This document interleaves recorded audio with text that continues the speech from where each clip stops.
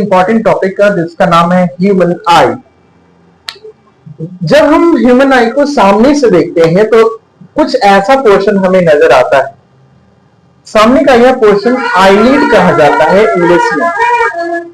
इन हिंदी वे से पलक, आईलिड को हम पलक कहते हैं। और बाद में एक ऐसा स्ट्रक्चर आता है जो कि व्हाइट कलर का होता है जिसको कहते हैं स्क्लेरा। स्क्लेरा को हिंदी में कहते हैं श्वेत पटल। बीच में एक स्ट्रक्चर पाई जाती है, गोलीय स्ट्रक्चर पाई जाती है, सर्कुलर स्ट्रक्चर पाई जाती है जिसको कहते हैं आइरिस। आइरिस के बीच में एक होल होता है, एक स्ट्रक्चर होता है जिसको कहते हैं पुपिल। जब हम कंप्लीट ह्यूमन आई को देखते हैं तो इसका आगे का पोर्शन कुछ स्फीरिकल पोर्शन होता है जिसे हम आईबॉल कहते हैं। और इस आईबॉल का डायमीटर 2.3 सेंटीमीटर होता है।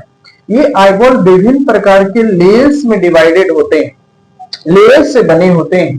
पहला पोर्शन स्क्लेरोटिक कहलाता है जो कि व्हाइट कलर का होता है, और दूसरा पोर्शन कोराइड कहलाता है जो कि ब्राउन कलर का होता है। यह कोराइड आगे चलकर सिकुड़ने और फैलने वाली स्ट्रक्चर में बन जाता है जिसको हम आइरिस कहते हैं। आइरिस के बीच में एक होल होता है, एक पोर्शन होता है जिसको कहते हैं पुपिल।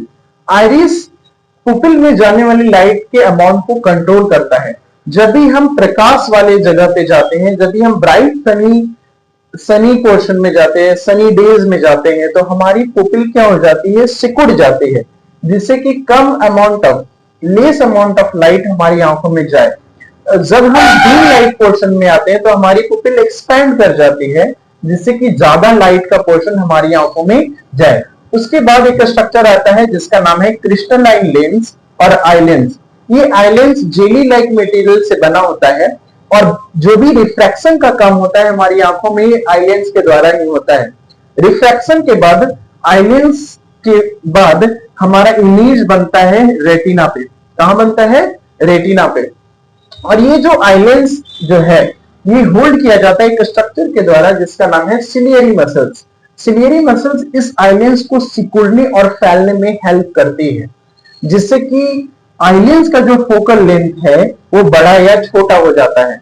जब सिलियरी मसल्स सिकुड़ती है तो ये आई लेंस हमारा मोटा हो जाता है, इसका कर्वेचर बड़ा हो जाता है, तो ये आई लेंस हमारा मोटा हो जाता है। जो सिलियरी मसल रिलैक्स करते हैं तो ये आई लेंस हमारा क्षीण हो जाता है, पतला हो जाता है, जिससे हमारे आई लेंस का फोकस बढ़ जाता है। यहां पर एक लिक्विड पाया जाता है, कॉर्निया और आई लेंस के बीच में एक लिक्विड पाया जाता है जिसको कहते हैं